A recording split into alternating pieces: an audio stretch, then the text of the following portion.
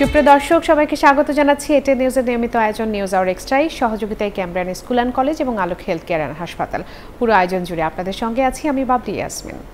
আপনারা গত পর্বে দেখেছেন আমরা জাতিসংঘের ৭৯তম যে অধিবেশন সেখানে বাংলাদেশের এক অন্যরকম অবস্থান নিয়ে কিন্তু আমরা কথা বলেছি এবং এবারের অধিবেশনে বাংলাদেশের অবস্থানটা যেমন ভিন্ন রকম ছিল, আমাদের প্রত্যাশা প্রাপ্তির জায়গাটুকু কিন্তু অনেক বেশি কিন্তু আমরা দেখতে পাচ্ছি। সেখান থেকে আজকে আমরা একটু কথা বলতে চাই। বেশ কিছু আরও বিষয় আছে যেগুলো নিয়ে আসলে কথা বলতেই হয়। প্রতিবেশী দেশগুলোর সঙ্গে আমাদের সম্পর্ক, আঞ্চলিক যে সহযোগিতার কথা বা সার্কের পুনরুজ্জীবনের কথা যেটা বলা হয়েছে সেটা নিয়ে আলোচনা করা দরকার আছে। যুক্তরাষ্ট্র বাংলাদেশের পাশে কিভাবে থাকতে চায়, জলবায়ু পরিবর্তন মোকাবেলায় বাংলাদেশকে কিভাবে সহযোগিতা করতে চায়, এর সব কিছু নিয়ে আজ আমরা আলোচনা করব বিশ্বসভায় নতুন বাংলাদেশ এই শিরোনামে।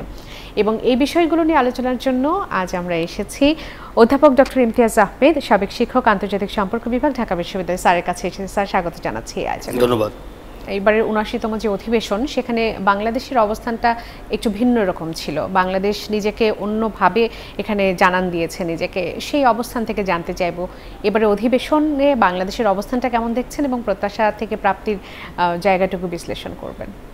দুটো জিনিস দেখা দরকার বা দুটো জিনিস আমার মনে হয় সামনে এসেছে। একটা হলো যে অধিবেশন চলাকালে একাধিক নেতাদের সাথে দেখা হয়েছে, সেখানে একটা ব্যতিক্রম ছিল বলতে গেলে। তার মধ্যে কোনো সন্দেহ নেই জো বাইডেনের সাথে দেখাটা বিশেষ করে ব্যতিক্রম ছিল। এখন দেখা দরকার যে ওই যে আলোচনা হয়েছে সেখান থেকে কিভাবে ওটার আউটকামটা কী সেটার জন্য হয়তো আমাদের কিছুটা অপেক্ষা করতেই হবে। জো বাইডেন ইটালির পররাষ্ট্রমন্ত্রী থেকে শুরু করে চীনের ইটালির প্রধানমন্ত্রী ছিলেন, চীনের পররাষ্ট্রমন্ত্রী ছিলেন, কানাডার প্রধানমন্ত্রী ছিলেন। তার মানে বেশ কতগুলো নেতা, অনেকেই মনে হয় ৪০ জনের মতো মনে হয় মিটিং ছিল। ওটা বোঝাই যাচ্ছে যে একটা ব্যস্ততার মধ্যে কেটেছে এবং সবাই কম বেশি বড় আকারই বলেছে বলতে গেলে যে তারা বাংলাদেশের সাথে কাজ করতে চাচ্ছে এবং এই যেটাকে নতুন বাংলাদেশ বলা হচ্ছে, যেই ইন্টারিম রেজিম তাকে সহায়তা করতে চাচ্ছে। এখন দেখা দরকার ওই স্পেসিফিক জিনিস যতক্ষণ আমরা না জানব যে কি আসলে তারা সাহায্য করবে কোন জায়গায়, এটা হলো একটা দিক। আরেকটা দিক হলো যে ভাষণটা দিয়েছে, ভাষণটা যদিও গতানুগতিকভাবেই ভাষণটা এসেছে, কিন্তু বেশ কতগুলো জিনিস সেখানে আমার মনে হয় তুলে ধরেছেন। সেটা বাংলাদেশের পর্যায়ে কতগুলো জিনিস তুলে ধরেছেন, কোনো সন্দেহ নেই। বাংলাদেশের গণতন্ত্র, কেন তারা ক্ষমতায় আসলেন ইত্যাদি, ছাত্র আন্দোলন, এগুলো তুলে ধরেছেন। করাপশনের বিষয়টা, আবার আঞ্চলিক কাঠামোর মধ্যে আবার কতগুলো বিষয় তুলে ধরেছেন। তার মধ্যে বড় আকারে রোহিঙ্গা বিষয়টা তুলে এনেছেন। আর তৃতীয় হলো আন্তর্জাতিক পর্যায়ে কতগুলো জিনিস তুলে এনেছেন। একটা হলো গাজার যে জেনোসাইডটা এখন হচ্ছে সেটা নিয়ে কথা বলেছেন, ইউক্রেনের কথা বলছেন, ক্লাইমেট চেঞ্জের কথা বলেছেন। তার মানে হচ্ছে যে তিনটা লেভেলই বলতে গেলে, এমনকি পিস কিপিংয়ের কথাও ছিল। এখন জিনিসটা যেটা দেখা দরকার যে কিভাবে এই যে সাপোর্টটা দিচ্ছে এটা একেবারে ইমপ্লিমেন্টেশন বা নির্দিষ্ট কি সেটা দেখা দরকার, সেটি দেখা দরকার। স্যার, আপনি যেমনটি বলছেন প্রায় 12টি রাষ্ট্রপ্রধানদের সঙ্গে তিনি সাক্ষাৎ করেছেন এবং প্রায় 40টি সাইডলাইন বৈঠকে তিনি অংশ নিয়েছেন। সেখান থেকে আমরা কিন্তু দেখেছি আন্তর্জাতিক সহযোগিতা যে সংস্থা IMF এর কথা বলি বা বিশ্বব্যাংকের কথা বলি, তারা বিশ্বব্যাংক প্রায় $3.5 বিলিয়ন সহযোগিতার কথা বলেছেন। এই সাহায্যগুলো বা আমেরিকা বাংলাদেশের সংস্কারের পাশে থাকার কথা বলেছেন। এই সহযোগিতাগুলো আমরা আসলে কিভাবে গ্রহণ করতে পারি, কিভাবে নিতে পারি?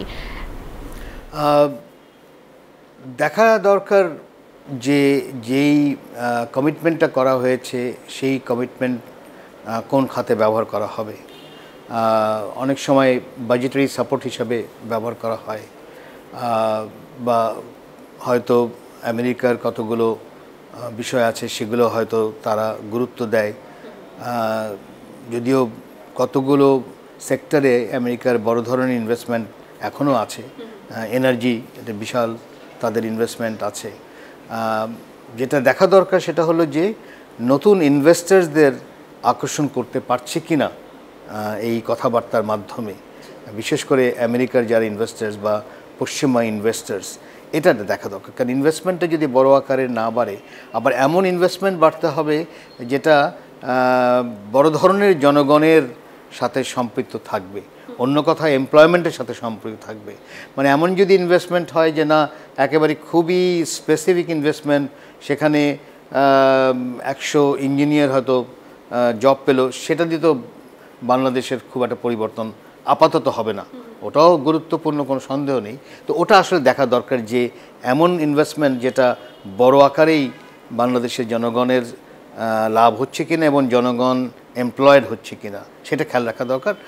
আর আরেকটা জিনিস মনে রাখতে হবে, যেহেতু চিফ অ্যাডভাইজার প্রথম তার ভাষণেই বলেছিলেন, সেটা হলো মানি লন্ডারিংয়ের ব্যাপারে, এবং সেখানেও আমেরিকা বলছেন যে হ্যাঁ বিলিয়নস অফ ডলার যেটা পাচার হয়েছে সেটা ফিরিয়ে আনার জন্য তারা সহায়তা করবে।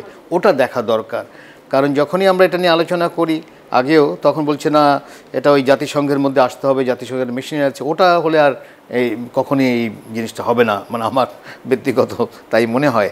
এটা করতে হলে ওই বায়োল্যাটারাল কোনো একটা যে অ্যারেঞ্জমেন্ট হয়, এবং বিশেষ করে যেহেতু প্রফেসর ইউনুস আমেরিকার পলিসি মেকারদের সাথে একেবারে বড় ধরনের তার বন্ধুত্ব আছে, সেখানে যদি তারা একটা ব্যতিক্রম একটা কাঠামো করতে পারে এবং কাঠামো তৈরি করার পরে সেটা যদি দৃশ্যত দেখাতে পারে যে যারা মানি লন্ডার করে নিয়ে গেছেন এই তারা ফেরত পাঠিয়েছেন। কারণ আমরা শুনি 200টা বাড়ি কিনেছে, কেউ বিশাল 400টা বাড়ি কিনেছে, তাই না, অনেক দেখলাম। তো এগুলো কেমন করে হলো? তার মানে হচ্ছে যে টাকাটা খুব সহজে চলে যায়, কিন্তু ফেরতটা আবার কঠিন নয়। এটা তো হওয়ার কথা না, তাই না? স্যার, আপনার কাছে কি মনে হয় যে ফেরত আনাটা কি অনেক বেশি কঠিন হয়ে যাবে? ডক্টর মোহাম্মদ ইউনূসের বিশ্ব সভায় তার যে অবস্থান বা তার যে গ্রহণযোগ্যতা, আপনি বলছিলেন যে অনেক উচ্চ পর্যায়ের লোকজনদের সাথে তার বন্ধুত্ব আছে, আপনার কাছে কি মনে হয় তার পক্ষে কি সম্ভব টাকা ফেরত আনা?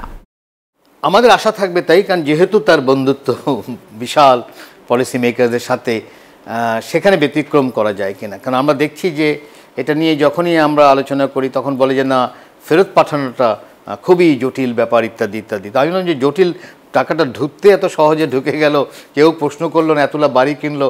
আমাদের দেশে একটা অ্যাপার্টমেন্ট কিনলেই তো মানে কত ডকুমেন্টস, কত কিছু দিতে হয়, একেবারে লেগে থাকে, তাই না? তো সেখানে আমেরিকার মতন একটা দেশ বা কানাডার মতো একটা দেশ বা অস্ট্রেলিয়ায় যেসব দেশে আমরা শুনেছি যে বড় ধরনের বাড়ি টাড়ি করেছে যারা, এবং পুরোটাই তো বোঝা যাচ্ছে যে বড় আকারে আনলফুলি করা হয়েছে, কারণ লিগালি তো এভাবে ট্রান্সফার করার কোনো বড় আকারের সুযোগ নেই। তো সেই জায়গায় যদি তার ব্যক্তিগত যেই সম্পর্ক এবং তার সাথে যেই আন্তর্জাতিক পর্যায়ে যে ইন্টারাকশন হয়, সেটাকে কাজে লাগিয়ে যদি একটা ব্যতিক্রম বায়োল্যাটারাল করে একটা অ্যারেঞ্জমেন্ট আমেরিকার সাথে যদি করতে পারে, তাহলে ওটাকে দেখিয়ে কানাডা, ওটাকে দেখিয়ে ইউকে, ওটাকে দেখিয়ে অন্য অন্য দেশের সাথে যেই সমস্যাগুলো আছে বা যেখানে মানি লন্ডার হয়েছে তাদের সাথে সম্পর্ক করে আমার মনে হয় একটা বড় আকারে ফেরত আসার একটা সুযোগ হতে পারে। সেটা ওই যেটা বললাম, যতদিন না হয় ততদিন মানুষ অপেক্ষা খাটতে হবে। তবে আমি মনে করি মাত্র 1.5-2 মাস যেহেতু হয়েছে, সময় দিতেই হবে। 5-6 মাস গেলে হয়তো আমরা বুঝতে পারবো যে হ্যাঁ যেই ভিজিটটা হয়েছে, এতজনের সাথে যে দেখা হলো বা এত কিছু যেটা বললেন, তার আউটকামটা আমরা দেখতে পাচ্ছি, যার জন্য একটু অপেক্ষা করতেই হবে। স্যার, প্রতিবেশী দেশের প্রসঙ্গটা আসলে টানতেই হয়, কেননা আমরা বিগত সরকারের সময় দেখেছি যে ভারতের সঙ্গে বাংলাদেশের অত্যন্ত চমৎকার বন্ধুত্বপূর্ণ একটা সম্পর্ক, অনেক বেশি উষ্ণ ছিল সেই সম্পর্কটুকু। সেই সম্পর্কের জায়গা থেকে আমরা কিন্তু অনেক কিছুর বিষয়ে তাদের উপর অনেকটা নির্ভরশীল হয়ে পড়েছিলাম। বিশেষ করে আমাদের অনেকগুলো বিষয় ছিল, যেমন চিকিৎসা শিক্ষা থেকে শুরু করে ব্যবসা বাণিজ্য থেকে শুরু করে আমরা ছিটমহলেরও আমাদের একটা সমাধান হয়ে গেছে, আবার কিছু বিষয়ের সমাধান হয়নি। সীমান্তে যে হত্যাগুলো হয় সেগুলোর সমাধান আমরা পাইনি, তিস্তা চুক্তির সেটার ভালো কোনো সমাধান আমরা পাইনি। এরকম নানান বিষয় থেকে এখন যেটা দেখতে পাচ্ছি, যখন আমেরিকার সাথে বন্ধুত্বটা ভালোর দিকে যাচ্ছে, তখন ভারত নিয়ে নানান প্রশ্ন উঠছে যে ভারতের সঙ্গে বন্ধুত্বটা কি টিকে থাকবে বাংলাদেশের? আপনার কাছে কি মনে হয় যে ভারতের সাথে বাংলাদেশের সম্পর্কের দিকটা কতটা গুরুত্ব বহন করছে? এখানেও কয়েকটা জিনিস মনে রাখা দরকার। একটা হলো যে আমি তো নেইবারকে কখনো পরিবর্তন করতে পারবো না, তাই না? আমি অন্যদের পরিবর্তন করা যায়, অনেক দেশকেই পরিবর্তন করা যায়, আমার এক্সপোর্ট ইম্পোর্ট ওটাও পরিবর্তন করা যায়, কিন্তু নেইবারের সাথে যেই এক্সপোর্ট ইম্পোর্ট হয়, বিশেষ করে এসেনশিয়াল কতগুলো জিনিস আছে। আমি একটা এক্সাম্পল যদি দেই, যে পরিমাণে মানুষ স্বাস্থ্যের জন্য যায়, এটা তো রাতারাতি সম্ভব না। এটা যদি পরিবর্তন করতে হলে আমাকে হয় আরেকটা দুটোটা দেশ লাগবে যার সাথে আমার হেলথ অ্যারেঞ্জমেন্ট আছে এবং জনগণ মনে করে যে হ্যাঁ ওইসব দেশ গেলে সে উপকার পাবে, হয় নাহলে আমাকে হেলথ সেক্টরটা ওই লেভেলে নিয়ে আসতে হবে যে আর বাইরে যেতে হবে না। কিন্তু ওটা তো মানে আমি বেশি মানে চাচ্ছি, তাই না? অ্যাটলিস্ট 5-10 বছর হয়তো লেগে যেতে পারে, যদি এখন ইনভেস্ট করে তাও 5 বছর লেগে যেতে পারে। তো 5 বছর তাহলে কী হবে?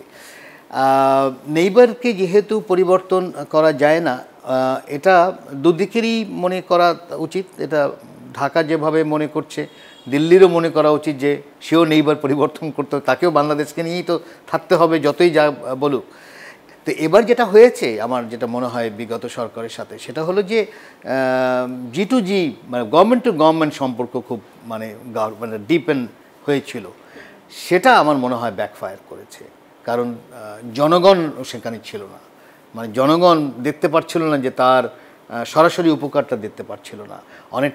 অনেকেই বলছিল যে পলিটিক্যাল কারণেই সম্পর্কটাই হচ্ছে, এবং সেটা আমরা দেখছি যে এক ধরনের কি বলা হয় ভারতের ব্যাপারে একটা নেগেটিভ কাঠামো তৈরি হয়েছে বাংলাদেশে, এবং যুক্তিসঙ্গতভাবে। একটা তো তিস্তার একটা বিশাল মানে বছরের পর বছর একই কথা বলে যাচ্ছে এবং আমরা বঞ্চিত হচ্ছি।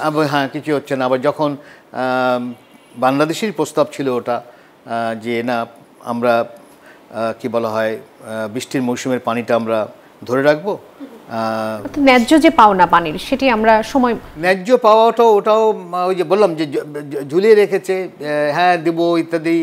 কেন ওটা এমন একটা বিষয় হয়ে গেছে যে ওই পানি শেয়ার করার কোনো উপায় আছে বলে অ্যাটলিস্ট আমি মনে করি না। তাই বহুবার আমি লেখালেখিও করেছি, কারণ একাধিক ড্যাম তারা তৈরি করেছে সিকিমে, যার জন্য পানি পশ্চিমবঙ্গই পায় না বলতে গেলে। তারপরে আমরা তো আরও পাচ্ছি না, ওটা আমাদেরই সমাধান করতে হবে। এবং ওটা একটা বাংলাদেশের প্রস্তাবও আছে, যেই প্রস্তাবে চীন আগ্রহ দেখিয়েছিল।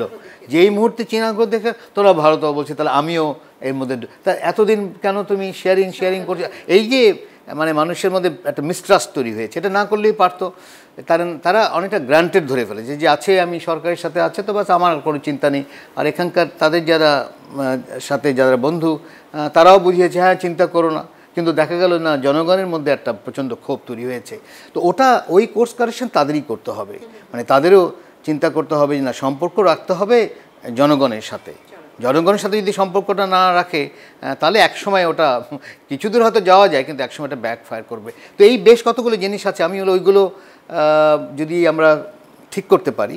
এবং আরেকটা জিনিসটা হলো যে আমাদের পেশাদারিত্ব বাড়াতে হবে, মানে ওখানেও একটা দুর্বলতা রয়ে গেছে।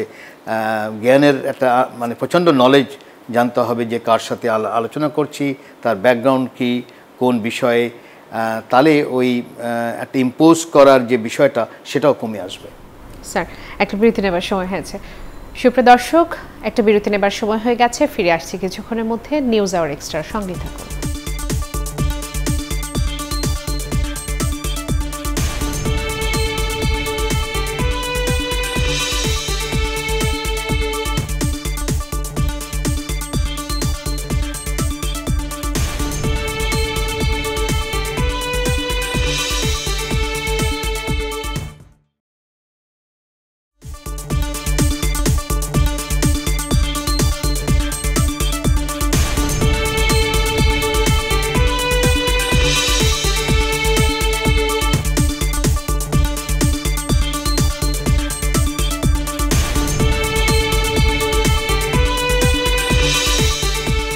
দর্শক, বিরতির পর আরেকবার স্বাগত জানাচ্ছি। আপনারা দেখছেন নিউজ আওয়ার এক্সট্রা। আমরা কথা বলছি বিশ্ব সভায় নতুন বাংলাদেশ এই বিষয়টি নিয়ে। স্যার, আরও একবার স্বাগত জানাচ্ছি আপনাকে। আপনি শুরুর দিকে বলছিলেন যে রোহিঙ্গা ইস্যুটি এবার বিশেষভাবে গুরুত্ব পেয়েছে। বাংলাদেশের মতো ছোট্ট একটা দেশ, এত বড় একটা দায়িত্ব আসলে আমরা নিয়েছি, যেখানে আমরা আসলে বাংলাদেশ তো চেষ্টা করছে সর্বোচ্চ সব দিক থেকে, কিন্তু এখন পর্যন্ত প্রত্যাবাসন যেটাকে বলা হয়, সেই রোহিঙ্গা প্রত্যাবাসনের জন্য আমরা কোনো সুখবর পাইনি। এবারের অধিবেশনে ডক্টর মোহাম্মদ ইউনূস সেই বিষয়টি নিয়ে কথা বলেছেন, গুরুত্ব দিয়েছেন যে মানবিকভাবে তো আমরা সহায়তা করছি, কিন্তু আমরা এর সুষ্ঠু যে প্রত্যাবেশন সেটিও আমরা চাই। রোহিঙ্গা সংকট আসলে বাংলাদেশে এখন কোন পর্যায়ে রয়েছে? কেননা এবছর আমরা দেখছি প্রায় 20,000-এর উপর, কিছুদিন আগেও তারা এসেছে। কোন পর্যায়ে রয়েছে স্যার, শুরুতে এটা একটু জানতে চাই। আসলে রোহিঙ্গা বিষয়ে তিনটা আমার মনে হয় জিনিসের উপর খেয়াল রাখা দরকার। একটা হলো আমরা যেভাবে মিয়ানমারকে দেখেছি, আমরা বলতে শুধু বাংলাদেশ না, আন্তর্জাতিক কমিউনিটি মিয়ানমারকে একটা ওয়েস্টফ্যালিয়ান রাষ্ট্র হিসেবে আমরা সবাই দেখছিলাম। ওইটা আমার মনে হয় একটা ভুল হয়েছে। মিয়ানমার কখনো ক্লাসিক্যাল অর্থে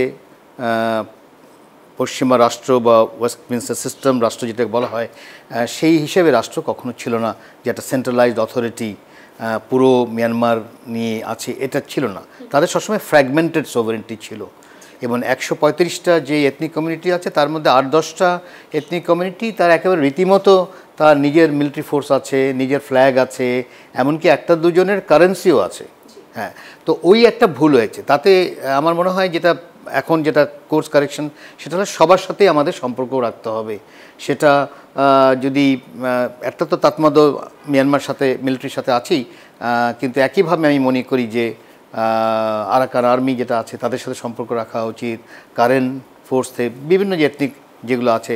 আবার ওদিকে আবার এখন এনইউজি পিডিএফ যারা অং সান সুচির যারা দল, যারা এক্সাইলে আছেন, তাদের সাথে সবার সাথেই সম্পর্ক, এই জায়গায় একটা নতুনত্ব আনা দরকার আমি মনে করি। এক, দ্বিতীয় মনে রাখতে হবে যে আমরা হয়তো হিউম্যানিটেরিয়ান কারণে বারবার বলছি যে তোমরা মানে এরা যেন রিপ্যাট্রিয়েশন হয়, মিয়ানমার যেন মেনে নেয়, সেই জায়গায় দেখা গেছে যে ওটাও খুব একটা কাজে লাগছে না, মানে প্রেশার দিতে পারি।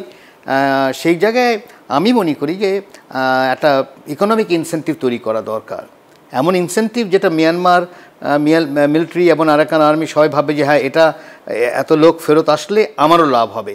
যতক্ষণ সেটা না বুঝবে যে আমারও লাভ হবে, সে কিন্তু আগ্রহী থাকবে না। সেই জায়গায় আমার মনে হয় আমি নাম হিসাবে বলেছিলাম, শব্দ হিসাবে, যে মিনি মার্শাল প্ল্যান দরকার। ইউরোপে যেটা হয়েছিল দ্বিতীয় মহাযুদ্ধের পরে একটা মার্শাল প্ল্যান তৈরি করেছিল। আজকে ফ্রান্স আর জার্মানি যে এক হয়েছে, এটা তো হিউম্যানিটেরিয়ান কারণে এক হয়নি, এক হয়েছে যেহেতু ওই মার্শাল প্ল্যান ছিল, প্রচণ্ড উন্নতি হয়েছে, সবাই বলেছে আরে তাহলে আর মারামারি কেন করছি। তো সেই জায়গায় আমার মনে হয় যদি আমরা একটু দৃষ্টি দেই, সেখানে আমি মনে করি প্রফেসর ইউনূস এই জায়গায় আমার মনে হয় একটা ভালো কাজ করতে পারেন। কারণ এমনিতেই উনি এন্টারপ্রেনারশিপের কথা বলেন, বিজনেসের কথা বলেন, সোশ্যাল ক্যাপিটাল অনেক কিছু আছেন। তার সাথে আবার একাধিক মানে নোবেল লরেন্সদের সাথে সম্পর্ক আছে, বিভিন্ন কর্পোরেশনের সাথে সম্পর্ক আছে। তো উনি এই যে মিনি মার্শাল প্ল্যান, এটাকে কিন্তু উনি আমি মনে করি বড় আকারই করতে পারেন। এবং এখানেও এই রিজিয়নেও বেশ কিছু লোক আছেন যারা খুবই আগ্রহী। আমি মাঝখানে যেহেতু মালয়েশিয়া গিয়েছিলাম কাজ করতে, সেখানে মিটিং করতে, সেখানে আমরা দেখলাম যে ইব্রাহিম আনোয়ার প্রধানমন্ত্রী, ওনারও এই ব্যাপারে একটা ইচ্ছা আছে। তা আর আনোয়ার সাহেবের আসার কথা, মালয়েশিয়ার প্রাইম মিনিস্টার। এখন সেখানে যদি মালয়েশিয়ার প্রাইম মিনিস্টার, যিনি খুবই বন্ধু প্রফেসর ইউনূসের, তারা মিলেও যদি একটা কাঠামো তৈরি করে, তাহলে আমার মনে হয় আমরা একটা নতুনত্ব আনতে পারবো, এবং আরাকান আর্মি বা মিয়ানমার মিলিটারিও বুঝতে পারবে যে হ্যাঁ আরে এটা একটা উইন উইন সিচুয়েশন হতে পারে।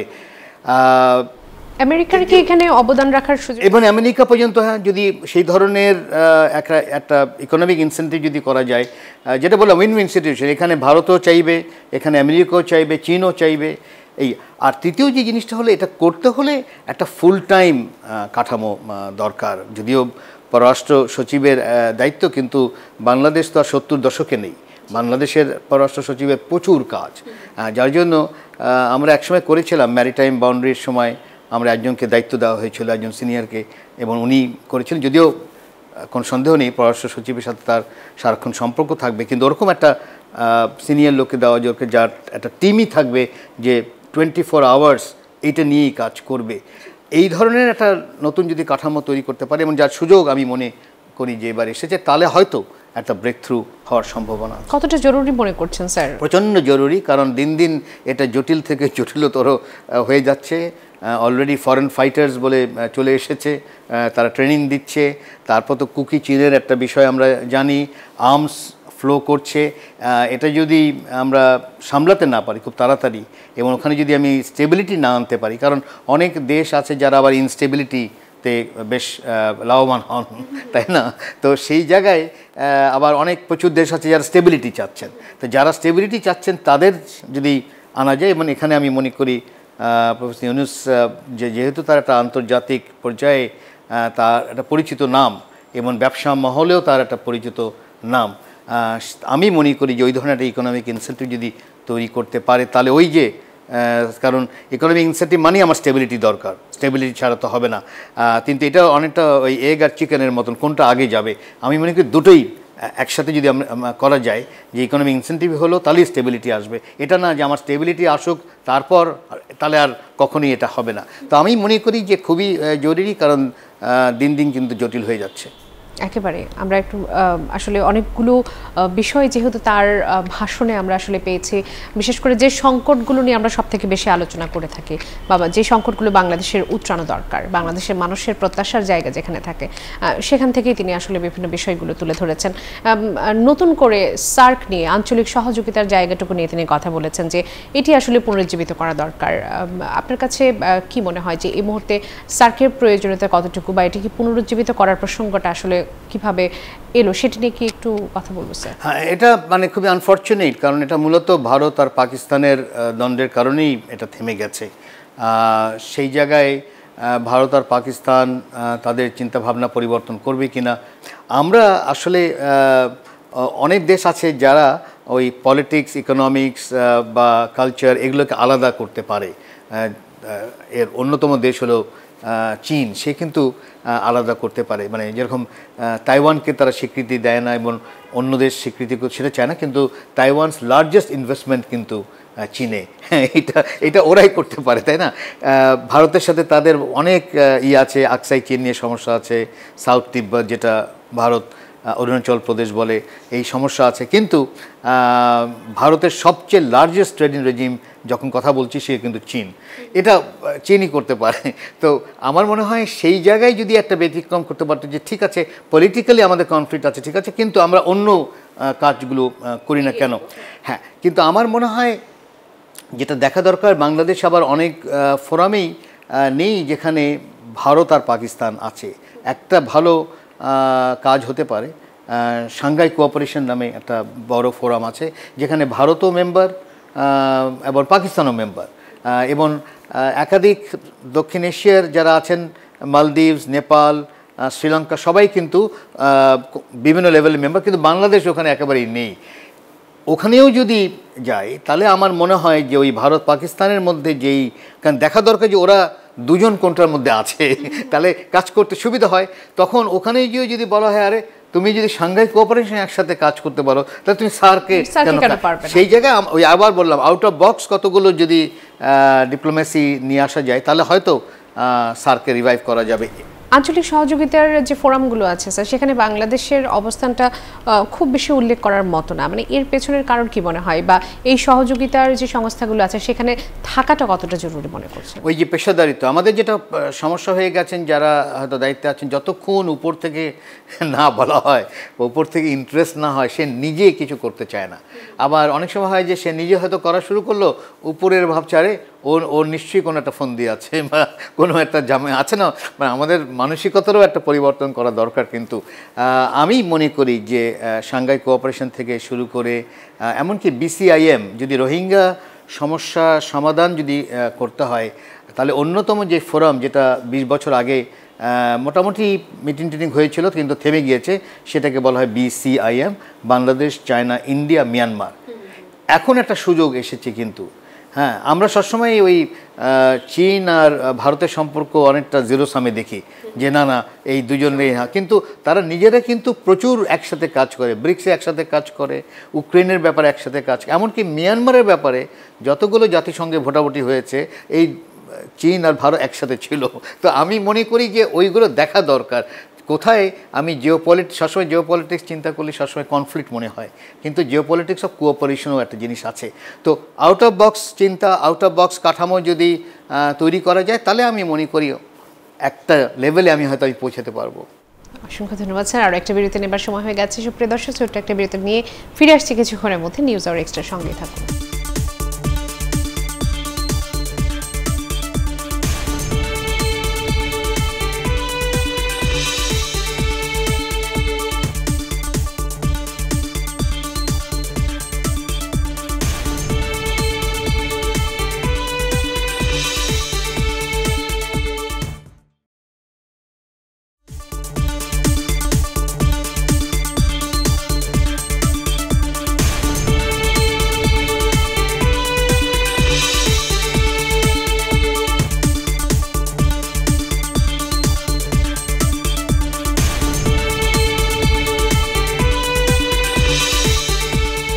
বিরতির পর আবারও স্বাগত। আপনারা দেখছেন নিউজ আওয়ার এক্সট্রা। আমরা কথা বলছি বিশ্বসভায় নতুন বাংলাদেশ নিয়ে। স্যার, আরও একবার স্বাগত।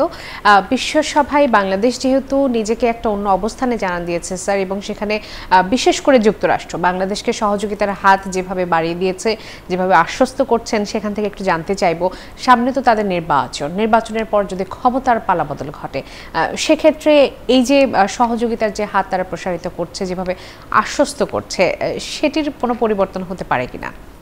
ইটস এ গুড প্রশ্ন, ভালো প্রশ্ন। আমেরিকার কতগুলো জায়গায় হয়তো খুব একটা পরিবর্তন হবে না, হয়তো যেই সিদ্ধান্ত বিগত সরকার নিচ্ছে বা এখন যেই সরকার নিচ্ছে সেটা হয়তো চালিয়ে যাবে। আবার কতগুলো বিষয়ে বড় ধরনের পরিবর্তন হয় এবং হবে যদি ডোনাল্ড ট্রাম্প আসে। কমলা হ্যারিস আসলে খুব একটা পরিবর্তন হওয়ার কথা না, কিন্তু ডোনাল্ড ট্রাম্প তার নিজের ব্যক্তিত্ব, এবং আমরা যেহেতু একসময় প্রেসিডেন্ট ছিলেন, তখনই আমরা দেখেছি বিশাল কতগুলো জিনিস করেছেন যেগুলো কেউ ভাবতে পারেনি। এমনকি নর্থ কোরিয়ার প্রেসিডেন্টের সাথে দেখা করেছেন বর্ডারে, যে সেটা কেউ ভাবতেই পারেনি, তাই না? ডোনাল্ড ট্রাম্পের সাথে আবার নরেন্দ্র মোদির একটা বড় সম্পর্ক ছিল, এবং এটাও খেয়াল রাখতে হবে যে ট্রাম্প যেহেতু ব্যবসায়ী, সে মার্কেট দেখবে। ভারতের মার্কেট তো বিশাল, তো সেটাকে জয় করতে চাইবেই সে। তো সেখানে পরিবর্তন কী ধরনের হবে সেটা আমাদের অপেক্ষা করা দরকার, কারণ আপাতত মনে হচ্ছে যে ভারতের সাথে বিশেষ করে ডেমোক্র্যাট আমেরিকার সম্পর্কটা অত ভালো যাচ্ছে না। তারপরে ইউক্রেনে যদি একটা বড় পরিবর্তন আনতে পারে, সেটা বারবার বলছে যে আমি ইউক্রেনে আসলেই একটা বড় পরিবর্তন। তো ওইখানে বাংলাদেশের কি হবে এখন বলা মুশকিল, তবে যেটা করা দরকার সেটা হলো এখন থেকে হোমওয়ার্ক করা দরকার, যে কমলা হ্যারিস আসলে কি কি হতে পারে, ডোনাল্ড ট্রাম্প হলে কি কি হতে পারে, এটা নিয়ে ব্রেইনস্টর্মিং আমার মনে হয় করা দরকার, কারণ যেহেতু সময় তো আর নেই। ব্রেইনস্টর্মিং থাকলে সুবিধা হলো যে যেই আসুক না কেন বাংলাদেশ ঠিক পরিস্থিতি মোকাবেলা করতে পারবে। একেবারে স্যার, অন্তর্বর্তীকালীন সরকারের খুব বেশি দিন সময় হয়নি, কিন্তু অনেক বড় দায়িত্ব বাংলাদেশে তাদের উপর। সংস্কার একটা চলমান প্রক্রিয়া, দীর্ঘ সময় সেখানে লেগে যেতে পারে, এবং তাদের কাঁধে এত বেশি দায়িত্ব, বিশেষ করে আইন শৃঙ্খলা থেকে শুরু করে মানুষের সকল ধরনের চাহিদা পূরণ থেকে শুরু করে অনেকগুলো দায়িত্ব তাদের কাঁধে। অর্থনৈতিক স্থিতিশীলতা তাদেরকে আনতে হবে। আপনার একটু পরামর্শের জায়গা স্যার শুনতে চাইবো, যে নতুন এই সরকারের প্রতি আপনার পরামর্শের জায়গাগুলো কি থাকবে? আমার মনে হয় একাধিক জিনিস নিলে পারবে না, মানে বেশি নিলে যেটা হবে কোনোটাই হবে না হয়তো দেখা যাচ্ছে। আমার মনে হয় একেবারে নির্দিষ্ট করা উচিত, সেটা 4-5টাও যদি হয়, সেখানে যদি পরিবর্তন আনতে পারে তাহলে একটা স্টেপে আমরা যাব। কিন্তু সব জায়গায় পরিবর্তন করে এটা পৃথিবীতে কখনো হয়নি। মানুষকে পরিবর্তন করা কিন্তু খুব একটা কঠিন ব্যাপার, তাই না? এই যেরকম আমরা যদি বলি ভাতে মাছে বাঙালি, কার মাথার মানে ইসের মধ্যে ঢুকে গেছে ভাতে, তাকে অন্য খাবার নিয়ে কিন্তু পরিবর্তন করা যাবে না। সেটা যদি আমরা একটু মনে রাখি তাহলে বোঝা যাবে যে মানুষকে পরিবর্তন করা কিন্তু খুব সহজ না। কিন্তু আমি যে কয়েকটা ক্ষেত্রে যদি মনে করি, আমি ব্যক্তিগতভাবে যেহেতু শিক্ষা নিয়ে আছে, আমি মনে করি টার্শিয়ারি এডুকেশনে বড় পরিবর্তন করা দরকার। বিশেষ করে এই যে 5টা ইউনিভার্সিটি যেগুলো 73 অর্ডারের মাধ্যমে চলে, যেখানে নির্বাচন হয়, সেগুলো পরিবর্তন করা দরকার। কারণ সমস্যা কিন্তু ছাত্রদের রাজনীতি না, আমি বহুবার বলেছি, লিখেছো, সমস্যা হলো শিক্ষকের রাজনীতি। কিন্তু গতকালকে না পরশু আরেকটা দেখলাম, কে জানি কোন ইউনিভার্সিটি আবার বলেছে ছাত্ররা রাজনীতি করতে পারবে না। এটা দিয়ে আমি মনে করি একেবারে ভুল সিগন্যাল দেওয়া হয়, সমস্যারও সমাধান হবে না। কারণ সমস্যা কিন্তু শিক্ষকের দলীয় রাজনীতি, এটা মনে রাখতে পারে। শিক্ষকের রাজনীতি, শিক্ষক তো স্বাভাবিকভাবে চিন্তাভাবনার মধ্যে রাজনীতি থাকবেই, কিন্তু শিক্ষক যখন দলীয় রাজনীতি বিশ্ববিদ্যালয় অঙ্গনে নিয়ে আসে, ওটাই একটা মারাত্মক। এবং ওটা ওই যে নির্বাচন যখন হয়, তখন কিন্তু স্বাভাবিকভাবে ওই দলীয় রাজনীতি চলে আসে, ওইটা বন্ধ করতে হবে। ছাত্রদের রাজনীতি খামাখা ছাত্রদের কেন যে ব্লেম করে আমি মাঝে মাঝে বুঝি না। তো এই জায়গায় যেরকম শিক্ষার যে বিষয়টা, ঠিক একইভাবে ব্যাংকিং সেক্টর যদি ভালো করে পরিবর্তন, মানি লন্ডারিংয়ের ব্যাপারটা যদি সাংঘাতিকভাবে পরিবর্তন করতে পারে, চুক্তি যদি করা যায় না, কেউ ওই ধরনের বাড়ি কিনতে পারবে না, সেটা কানাডায় হোক বা আমেরিকায় হোক, এই ধরনের যদি 5টা, তাহলেও আমি মনে করি যে আমরা একটা কিন্তু সব ধরনের করে তখন দেখা যাবে যে কোনোটাই হচ্ছে না। অসংখ্য ধন্যবাদ স্যার, কৃতজ্ঞতা প্রকাশ করছি, আপনি আমাদের সময় দিয়েছেন, আবারও ধন্যবাদ জানাচ্ছি। সুপ্রিয় দর্শক, এতক্ষণ আপনারা যারা আমাদের সঙ্গে ছিলেন, এটেন নিউজের সঙ্গে থাকুন, নিউজ আওয়ার এক্সট্রার সঙ্গে থাকুন। আগামী পর্ব দেখার আমন্ত্রণ জানিয়ে আজ এখান থেকে বিদায় নিচ্ছি। ধন্যবাদ সবাইকে, শুভরাত্রি।